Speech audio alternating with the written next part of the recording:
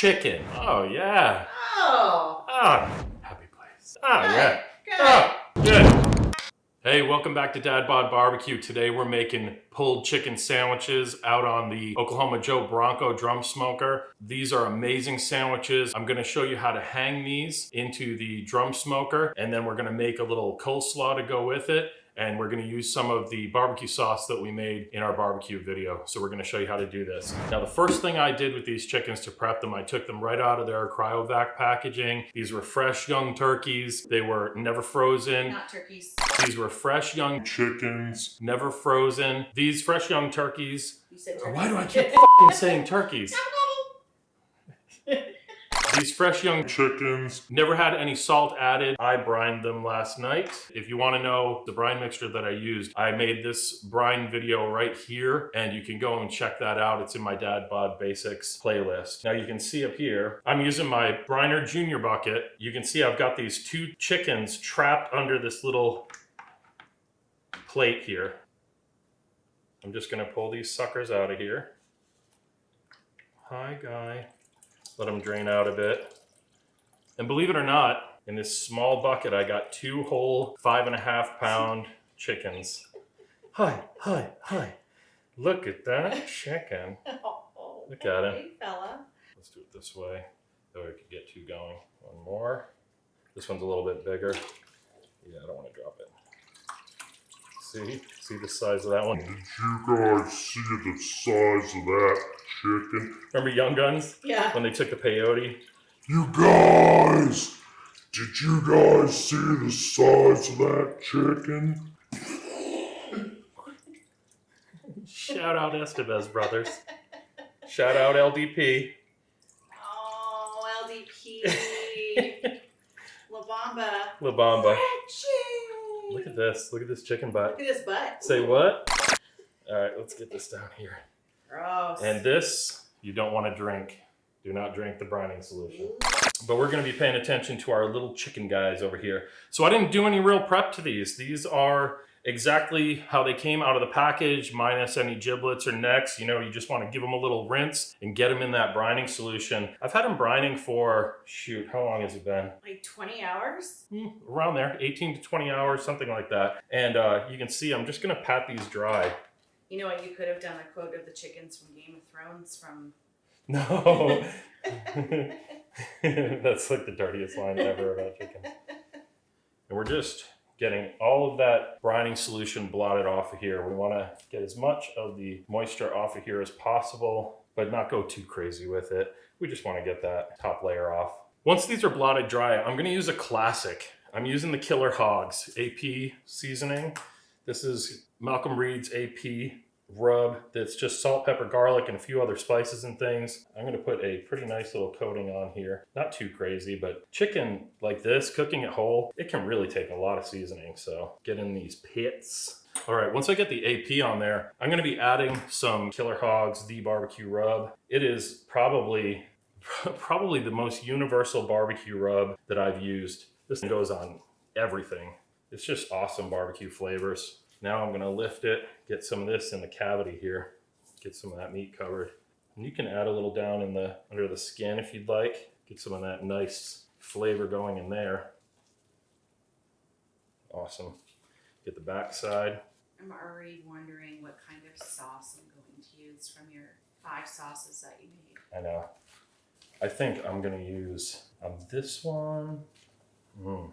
I think maybe either the Kansas City one or... No, I'm using the Alabama white sauce on the sandwiches, most definitely. That's what it's made for. Just a nice little coating there. Ooh, that was more than a nice little coating. Oh, don't worry, it's just on the butthole. Don't worry about that, everybody. Get in the pits, get on the breasts. This is more than a sprinkle dinkle. We're really covering it because this is going to be hanging in that drum.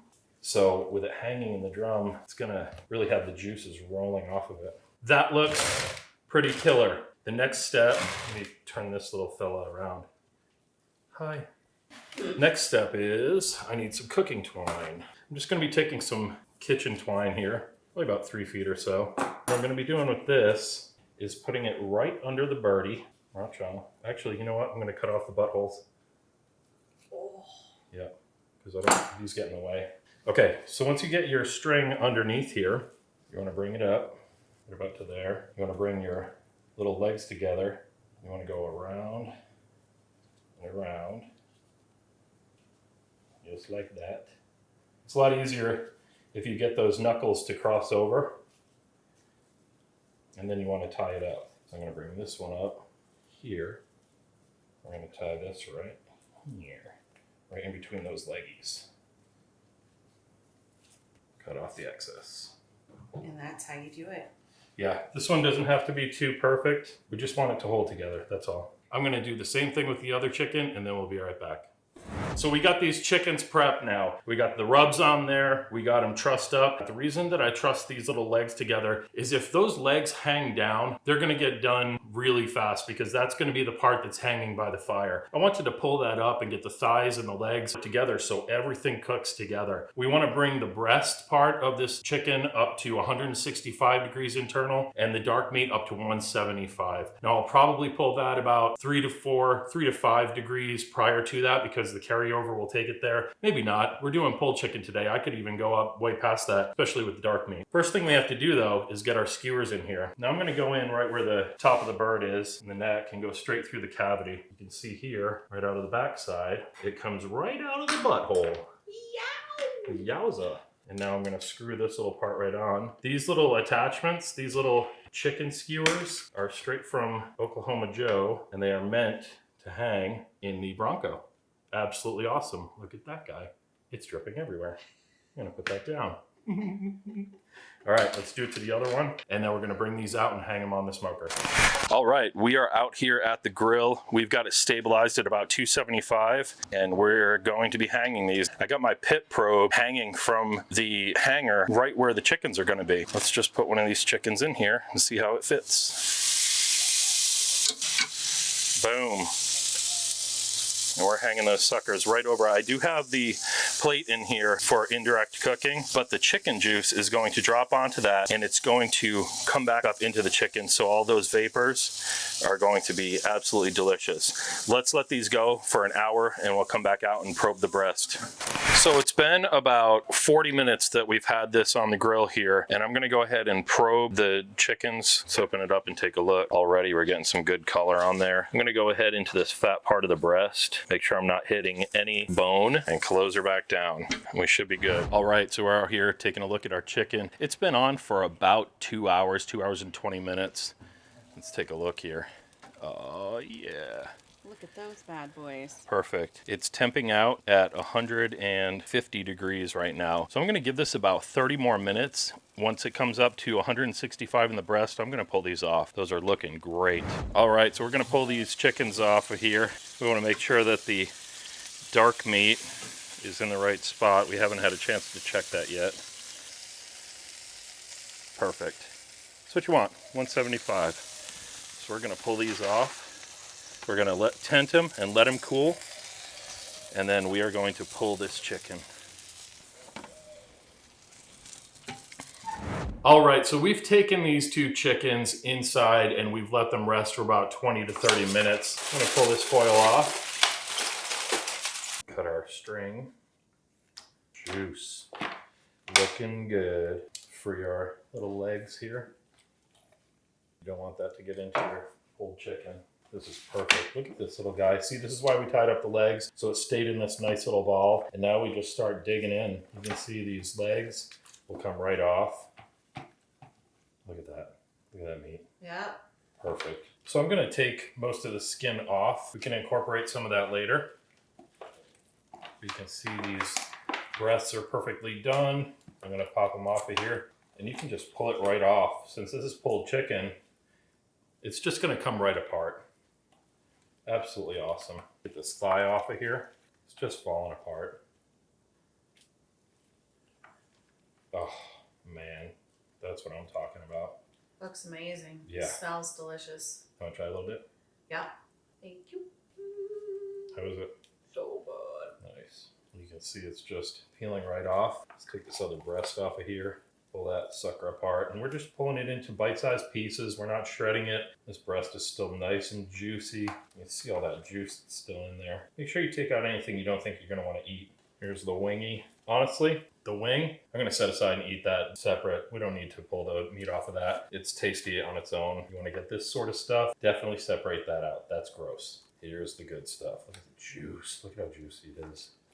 Smoke ring in there. These drummies, pop them right off. Leg and the thigh. Oh my God, the smell is incredible. Whoa, no, run away. That was mine. Oh, darn. Oh, Darn. excellent. And get the rest of this breast and the other wing off of here. Separate that wingy, these breast pieces. And the cool thing about this is the breasts are done completely. Chicken breast gets a little dry if you cook it to temp, which is 165, but in this case, we can mix it with all these juices. It's gonna be amazing on a sandwich. Looking good. All right, I can't wait to try this. I'm gonna break up both of these chickens, but for right now, I'm gonna make a little sandwich and try it out. Get some of this breast and dark meat on here. Some of the white and the dark meat. Pile it up nice and high. I'm gonna take some of our coleslaw, put right on the top there. Just a little dab. And I'm gonna take some of our Alabama white sauce that we made yesterday. Go ahead and check out the sauce video we did. And definitely put this on your sandwich. It's so good. All right, let's try it out. I don't care if it's messy.